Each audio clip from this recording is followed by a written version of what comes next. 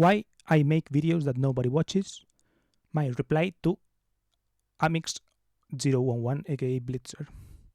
Here you can see that I posted this video screenshot on Twitter, basically saying the very eloquent me to why I make videos nobody watches, and Amix asked me back, why do you? And instead of replying with words on a tweet, I'm going to reply with this video of mine that I will title why I make videos that nobody watches as well. So in her video she mentions these points. She gives these 5 reasons. So she says that because she's a Gen Z millennial cusp, she kind of grew up online and talking to a camera and all that was kind of second nature to her, more or less, right? The second thing that she said was that she wants money, right? So it is a factor, right? Even though nobody watches them, it is kind of some kind of belief that makes her think that there is money here, right? And yeah, I guess she's right in a sense. She says that she's a yapper, right? So that she likes to yap, and that she has gotten some kind of feedback of people telling her that she talks too much, maybe. Or not. I don't think she used those exact words, but well, we could play it later. But yeah, basically, she says that she has kind of gotten this feedback of people telling her that she talks too much, or she feeling like she's bothering her friends or something like that, but wanting to say those things or somewhere. She talks about creativity or like self-expression. She talks in this case more about the talking things, more about the editing aspect, the process, her recording something, then editing, and that process taking a long time, and that creative process being fulfilling to her. And then she talks about self-archives, aka documenting phases of her life, right? And basically, she did a good job with the video. So my point is that I have these same reasons in a way, but I'm going to kind of nuance them a bit into my experience, into why I do them, because adding my personal nuance to basically these same 5 reasons, which are basically really similar reasons, maybe in a different order. But yeah, starting in her same order, Gen Z millennial growing up, I am the same age probably as her. I think I'm older, maybe 1 year or 2 older. And yeah, I am also this kind of early Gen Z, late millennial, depending on which chart you consult. I'm usually pretty strongly put into the Gen Z category at the beginning, but some places do put me as a millennial. Plus, culturally, I would say that I'm a millennial, more of a millennial like her, because she says something like she really connects with millennial humor and all that, and I probably relate it the same way. Like I connect to my millennial media and all those things because it's in Spain. I am from Spain, right? So in Spain, we get the American shit, but we get it maybe like with 5 years of delay. So in that sense, I would say that I relate a lot to stuff that millennials post online, right? That late millennials post online.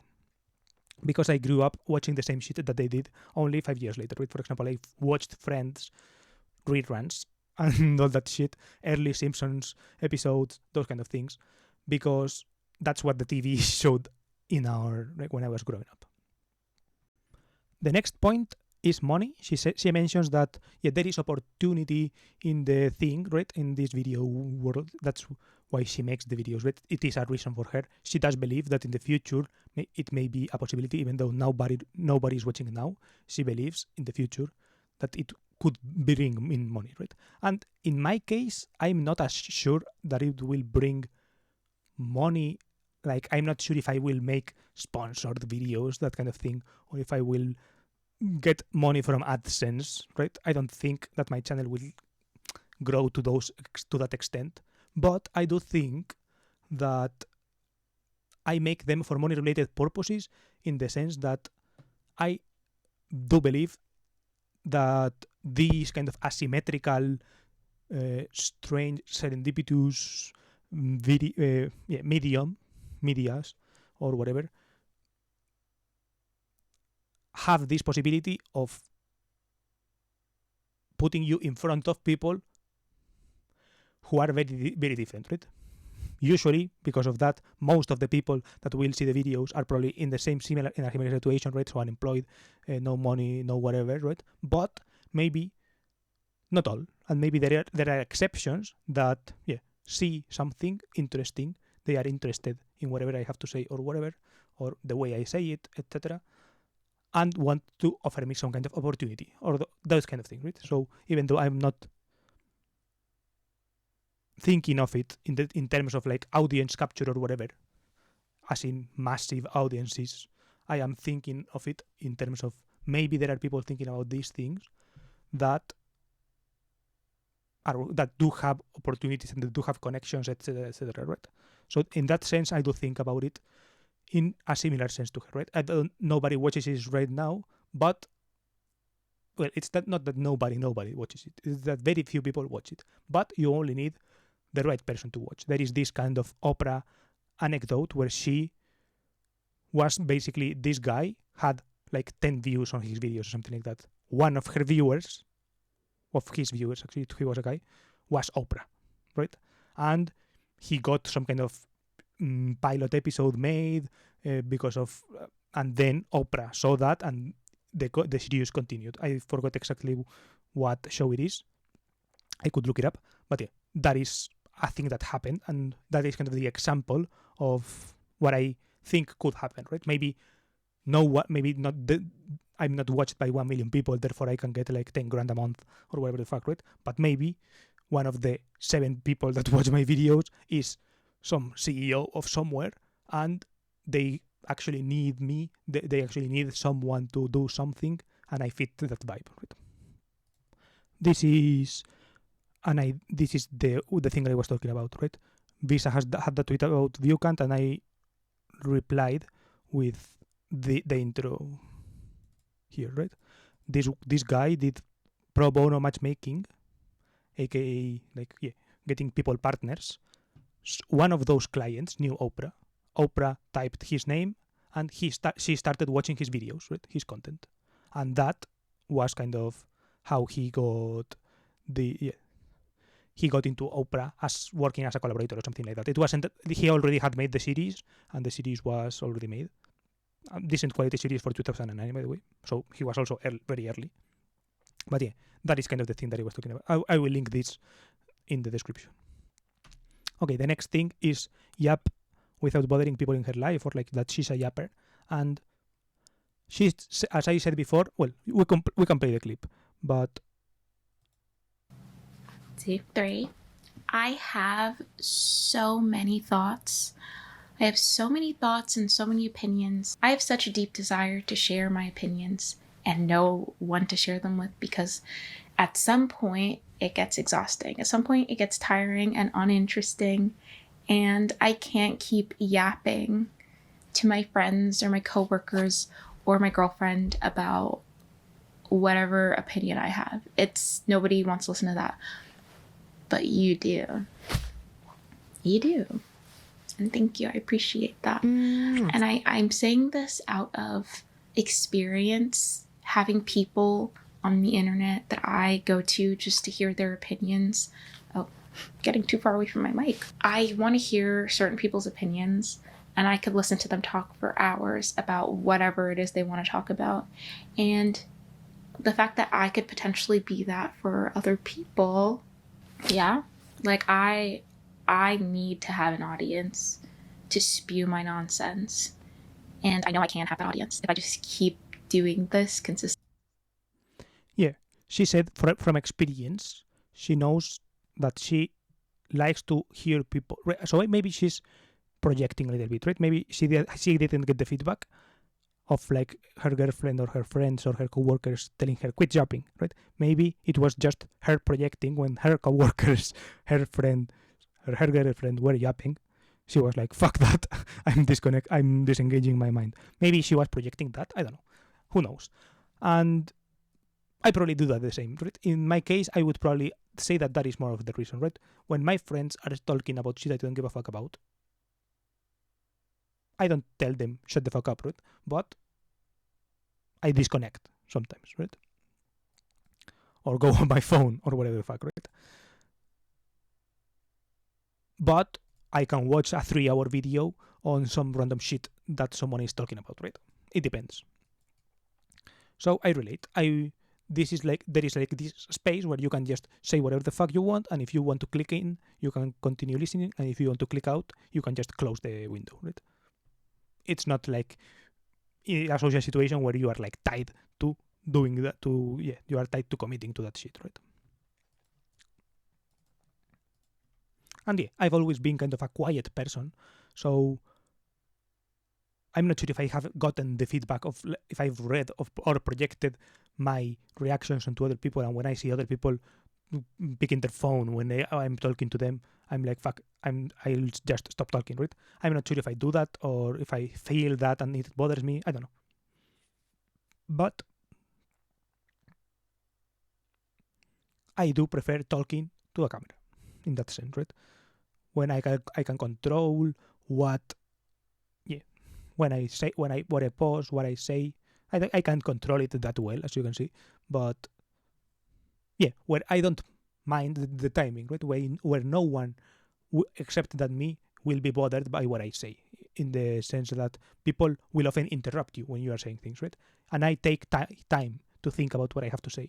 So here I can pause and replay, and I could have been thinking for 15 minutes and you wouldn't have noticed, right?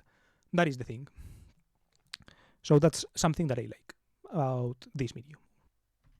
The next point, she talks about expressing herself, and I think in my case I don't use my channel to express myself creatively in this kind of editing way. She mentions something that I do believe in, right? I do believe in putting, like, if you take 10 minutes to record a video and then you put 20 minutes to record a video and then you condense it into 10 minutes, taking a couple of hours, that energy and that condensation that you put in, sometimes it's worth it, right? And I do agree with the fact that she likes that, but I don't do it myself because to me it cuts the expression, right? To me that cuts my expressive process. I think my expression process is me getting my thoughts somewhere, right? It's kind of more related to the thing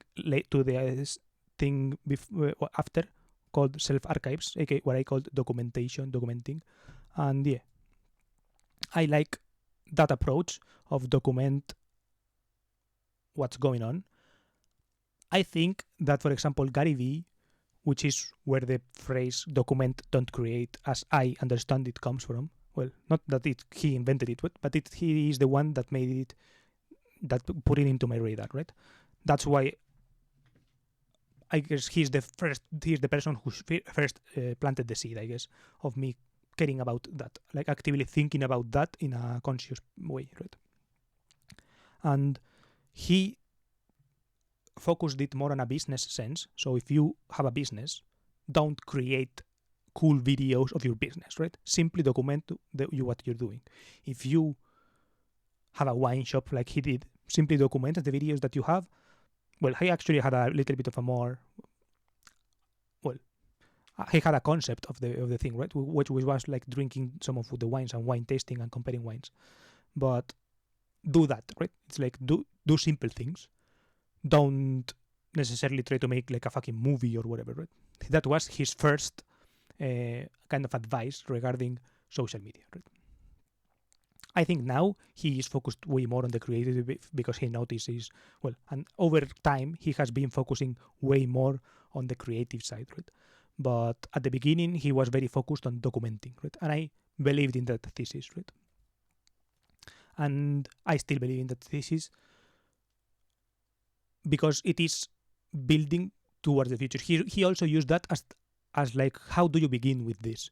And as a beginning process, as a beginning point, it is very useful because it also gives you material for the future, right? And that's what I am doing it as well.